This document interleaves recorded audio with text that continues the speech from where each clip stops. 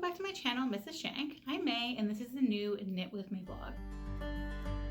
It's been a while since I've done one of these videos, but I really love them, so I'm back to it, and I'm experimenting with filming in different rooms. This room has a skylight, so there's overhead light, could be good, could be bad. I'm not sure. I'm just gonna jump in with some finished objects and move on to my whips. It also just occurred to me as I started talking about my FOs that I did not include this shawl in the list of FOs that I'll show it to you closer. But I did not include this in my list of FOs I was talking about because I finished this a very long time ago. Like, this was a 2021 cast off. Like, I think it was literally early last summer. So it's been a while that's been off the needles, and I've actually made a second one that I'll show you a little bit here too, for one of my daughters because she swiped this as soon as I finished it. So it's called the Eloise, and the designer is Suyin Nam. It is gorgeous, and maybe more importantly, it's super easy to make it look gorgeous.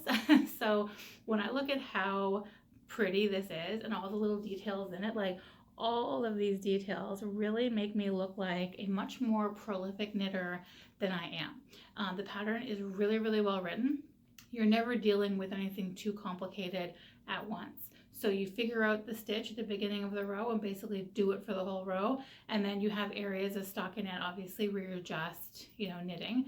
But anyway, so big fan of this pattern. I'm actually going to make a pattern notes post about it, which will be like the first pattern notes post that I'm putting up on the new blog. So yeah, this is Eloise by Suyin Nam, and I'm obsessed. Nacho is also happy about it. Nacho, cut it out. Can't you see that I'm trying to film a video here? He's trying to make himself cozy here. Anyway, okay, so moving on to some other FOs that I've already kind of filmed some stuff to kind of go along with this. I don't want to go too far back with my FOs, but I will show you what I finished so far this year, like in the past couple of months. So I made Nacho a new sweater, and it is hands down my favorite thing I've made him ever.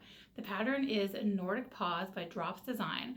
This was so much fun to knit. It's knitted top down in the round until you get to the armholes, which is where I deviated from the pattern. So this is my 6th dog sweater, and I have tried several different styles to deal with the armhole situation. This time around, I found some courage and decided to just continue the pattern in the round and then steek the armholes in after. If you're not familiar, steeking is cutting into your knitting, which I know is terrifying. This actually worked out really, really well. And as scary as it is to cut into your knitting, it's totally doable. And this is actually a great size to practice your steeking on because it is so small, but not like too small. I did follow all the directions written in the pattern otherwise. And when I was done, I went back to add the armholes after. So like the back shaping and everything, that's all part of the pattern. I will do a proper pattern notes post about this on my blog as well. And when I do that, I'll link it in the description. I'll link the one about Eloise in the description too. And I do want to do a tutorial on like knitting a basic dog sweater. And when I do, I'll include some good visuals on how to make it work, like how to make the steeking work. But it's really just about measuring for your own dog to get the perfect fit with enough wiggle room for them to wiggle in and out of it. Nacho likes it. It's longer than his other sweaters, so it keeps his bum nice and warm, and the armholes are a good fit while still being roomy enough to get on and off easily. If you've ever put a sweater on a dog, then you know that that's definitely part of the challenge. So yeah, I love knitting this, and he wears it all the time. I knit it in paint box yarn, the Aran weight in the brightest red and the whitest white they had. I'll list the names of the colors, I forget them right now. It knit up so nicely, it held onto the color work really well, and it let me rip back without getting splitty, so I really, really like that, and I will absolutely use it again. I ordered it from Love Crafts, and shipping was pretty quick. I am also undertaking a very time-consuming whip right now, so my only other finished project is this cute pair of fingerless mitts designed by my Instagram friend Susan, aka KnittLib. I will link her Instagram and YouTube and this pattern, of course. The pattern is designed to use mohair and fingering held together. So I use my precious Natural You mohair fingering and Kid Silk mohair. I've had this forever. I got it at a trunk show at Unit like 2 years ago. I love Natural You yarns because they're hand dyed right here in Ontario with only natural dyes. And I don't mean like naturally made dyes. I mean like blueberries and flowers and roses and stuff kind of natural. And they're mother-daughter team, and I really love that. And they're really sweet because I met them at the trunk show. They're really nice people.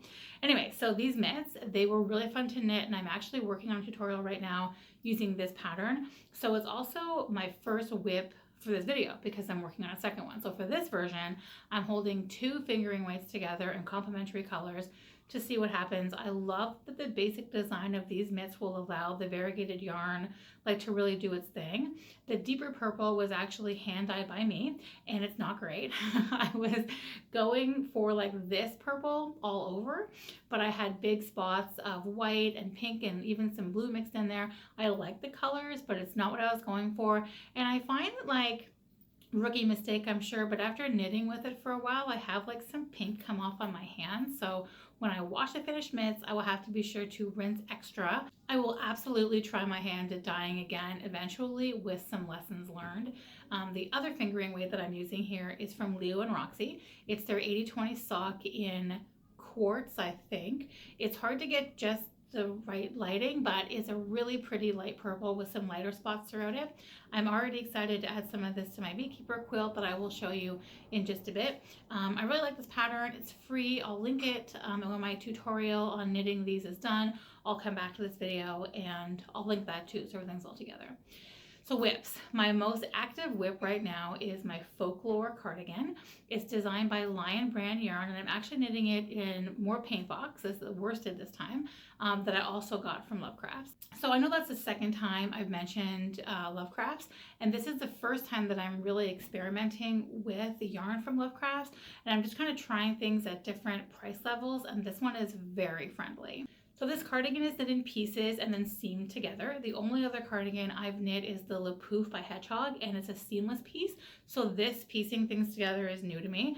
Literally every sweater I've done has been seamless aside from attaching sleeves, but it's actually really fun so far. I'm just starting one of the sleeves now. I finished the massive back piece and cast off a couple days ago.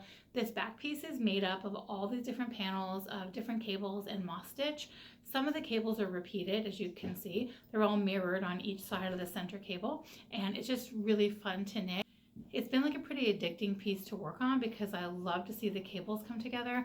This is far from perfect. If you look closely, it is speckled with mistakes all over, but I still love it, and it'll be my go-to spring and fall dog walking cardigan.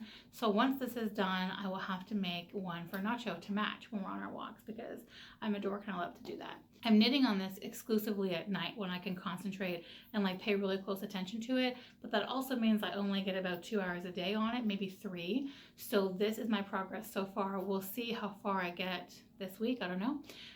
Now my most neglected whip, my Paisan blouse by Fable Knitwear. I wanted to make this design as soon as I first saw it almost 2 years ago. I love the neckline. I really like the idea of doing an old-timey design like this in some kind of old-timey yarn. So it was the perfect opportunity to use some Topsy farm yarn from DeBoer. DeBoer is a local dyer to me here in Southern Ontario. It's run by the very sweet and creative Julia with a focus on highlighting Canadian wool production. Her Topsy farm wool is 100% wool from right here in Ontario, and it's also milled in Canada as well. The Topsy yarn is a little, what I like to call toothy, and that texture really makes me feel connected to past generations who knit with yarn like this as well. There's something about it, it's very rustic is the word, but not in a bad way. There's some variation in the thickness of the yarn as well, just slightly, almost like Noro, but not quite. But I feel it really adds to the charm of it. This yarn is described as a heavy fingering / light sport weight, and I agree with that, and it's actually perfect for this pattern. So the pattern. Fable Knitwear is known for Helen's vintage patterns, and her whole vibe is so true to that style. It's really fun to watch her styling videos, and I want to knit all of her patterns. This pattern has an elastic in the neckline to either be stretched over the shoulders or to gather as a loose higher neckline, like peasant blouse style. So when you're knitting it, you first knit a casing for the elastic, and it was my first time doing that, but it turned out really well. Last night I finished the ribbing and I cast off thinking that I had another FO for this video, and then when I tried it on, I realized that I had just cast off without thinking, and it's not stretchy enough, so I'm going to rib it back and do the super stretchy bind off, my favorite bind off for sweaters. And I also have a hole in the armpit and dangling ends, so this week it's a whip, next week it's a FO. The only other active project I have on the go right now is my Beekeeper Quilt that I literally started in 2011. Like, do the math on that. The design is by Tiny Owl Knits, and the idea is to use up your sock yarn scraps. So you knit a pair of socks and make these cute little hexipuffs with like whatever is left over.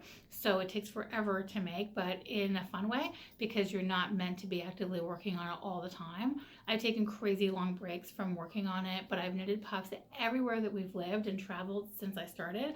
So it's like this scrapbook of yarn and past projects and places. It's pretty fun.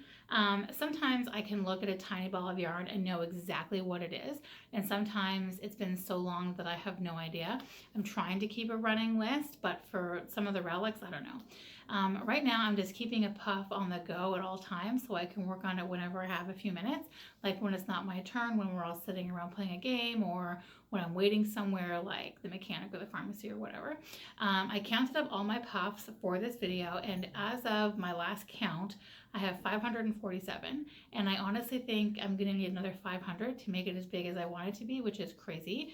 But I'll just report back next week with how many puffs I've made. I've already made a couple since I counted, so we'll see what happens to that tally next week. I'm sure some weeks I won't have any new ones at all.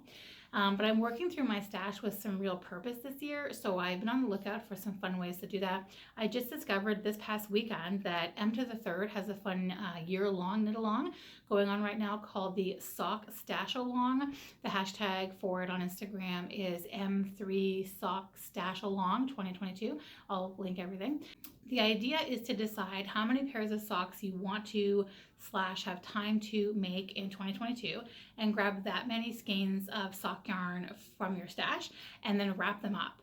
So Mackenzie is using compostable craft paper. Some people are using fabric scraps, and I think I'm just gonna put all my skeins into a canvas bag and then have someone else stick their hand in and randomly choose one for me. Same concept with no like garbage or wrapping. Also, Mackenzie is giving 2 entries if you make a reel with your sock of the month, and I just love this and think it's gonna be a blast, but I'm also waiting until March 1st to start because I don't know, just because I feel compelled to do that. So I'll fill you in next week on whatever that yarn happens to be.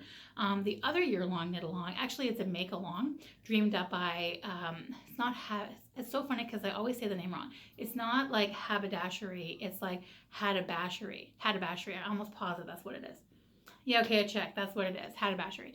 It's like I follow and like and pay attention to everything, but like I never have to say these things out loud. Anyway, it's called the Maker's Dozen Challenge, and the goal is to make 12 projects throughout the year from your stash. So knitting, sewing, cross stitch, needle felting, whatever. You just can't buy anything new for it. So the hashtag for posting on Instagram is Maker's Dozen 2022, and literally all of my planned projects this year are stash yarn, so I can include like everything in it. Yeah, so fun. I love a knit along, make along, what have you. Also this week I was having a tea and watching some Instagram stories when I saw one from Sticks and Stones. If you're not familiar, that is a yarn store in North Bay here in Ontario, and they're making the most incredible thrummed mittens. Like, just look at these. I took a screenshot. I even DM'd like, can I put a screenshot in a video this week? Because they just, I mean, look at them. They look so happy. One of the gals at my knit night just made a pair of thrum mittens, and she loved the process and the warmth. I would love to knit a pair. Maybe when it gets cold again later this year, I'll try my hand at them. It just feels like such a Canadian thing to knit, like not just mittens, but mittens with chunks of wool inside. That's about it for this week. I have been playing around with some swatches and ideas for making my own dog sweater, but I will wait until I have something more concrete to show you. I'm just really excited about it. I really like doing these videos, so I will be back with another one next Wednesday. I think I'm going to do these on Wednesday. And in the meantime, you can always follow me over on Instagram for daily knitting updates and pattern shares and that kind of thing. And of course, if you're new here, subscribe to my channel for new videos and like this one to show some support. Thanks, guys. Bye.